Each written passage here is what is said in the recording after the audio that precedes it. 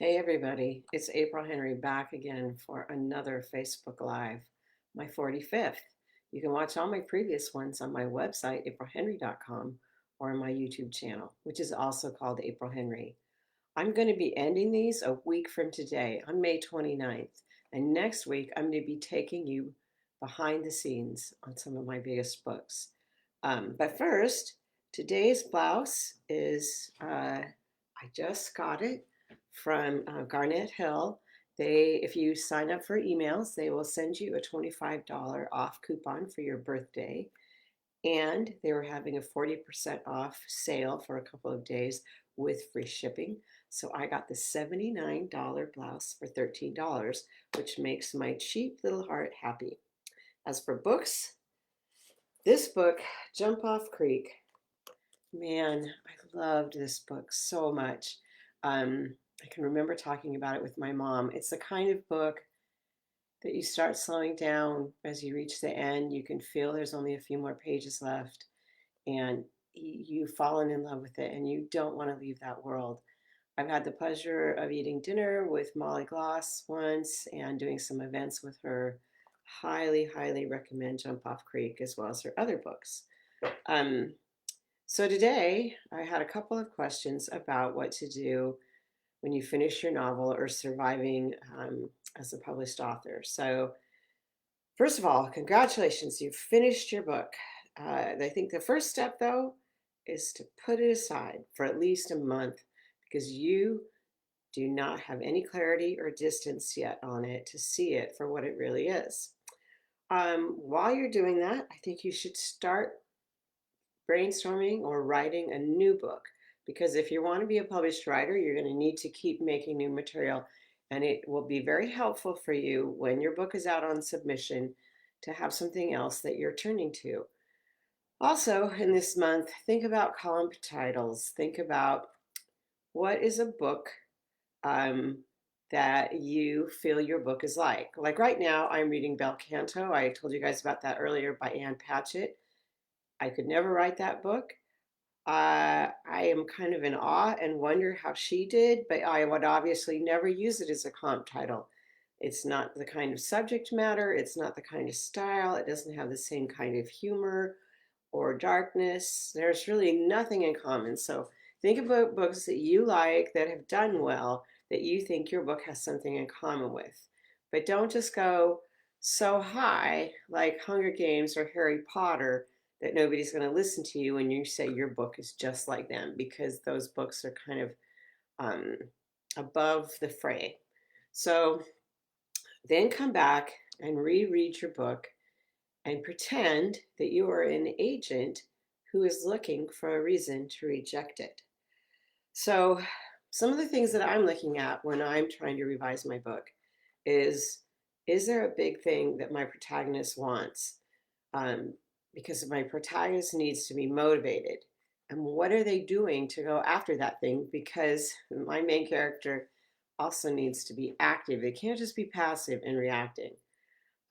What do they hope will happen if they get this thing that they want? And what do they fear will happen if they don't? Because those are the stakes, and you want those rewards and risks to be in the forefront of readers' minds as they're reading your book. Um, what are the top three obstacles?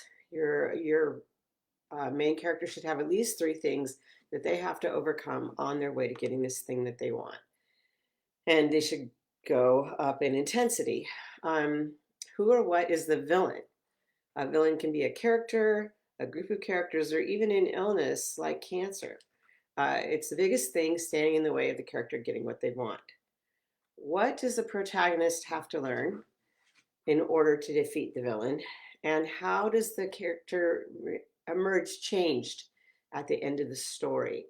Um, and how do the key relationships the character has change over the course of the story? So when I'm looking at my book, I'll think, is there any point where I am having trouble suspending disbelief? A lot of books I have put aside when I think there is no way that person would do that or say that, or that that would happen, or that that would be legal. I look at pacing. You know, Is the reader going to be turning the pages to see what happened, or is it all kind of wordy and slowed down?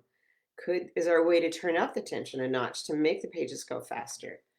Um, Getting there is not half the fun. If you set scenes in a subway car or people just having a regular meal, it isn't that memorable. Um, Now, if you have a character, like say you have a character who is going in to do brain surgery and they're just thinking about something regular and relaxing versus a character who is a surgeon and thinking about their terrible marriage. I mean, there's ways that you can spice things up.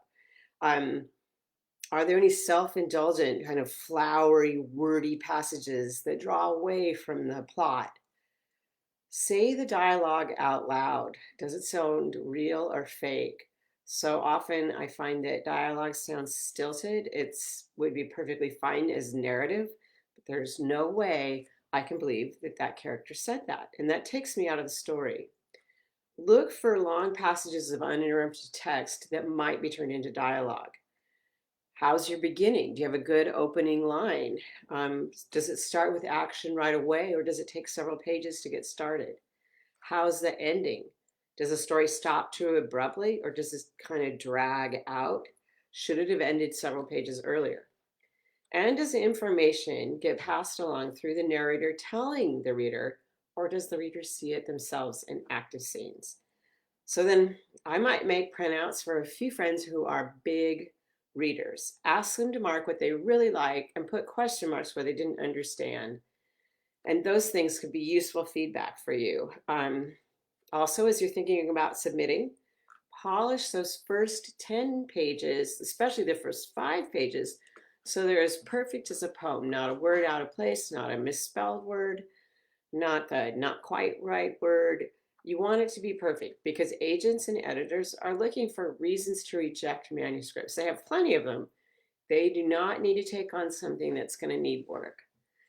And the other question I got yesterday was how to deal with hardships while trying to write and publish. I think that the main thing would be helpful is to have a day job and realize you might have one for a long time. It's very scary to be self-employed.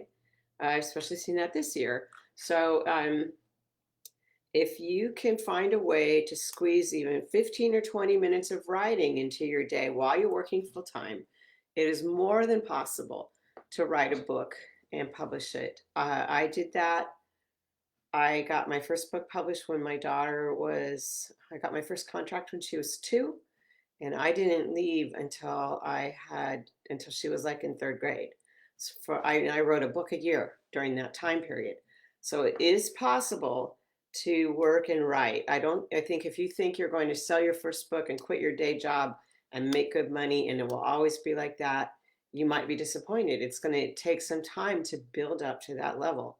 An agent used to say that you needed 5 published books sitting on the shelf. I don't know if that's true anymore, but just be aware you um, probably have to work for a while as well as write. And then also, I think in terms of like marketing yourself, your energy really needs to go to writing the best book that you can. Everything else is secondary. Social media, all that kind of stuff is nice, but if you're not writing an amazing book, it doesn't really matter. So that's it for today. Next week, again, it's going to be all behind the scenes look at some of my biggest selling books. And I'll tell you where they came from and the research I did and all that kind of stuff. Um, you guys have a great day, and I'll see you on Monday. Bye-bye.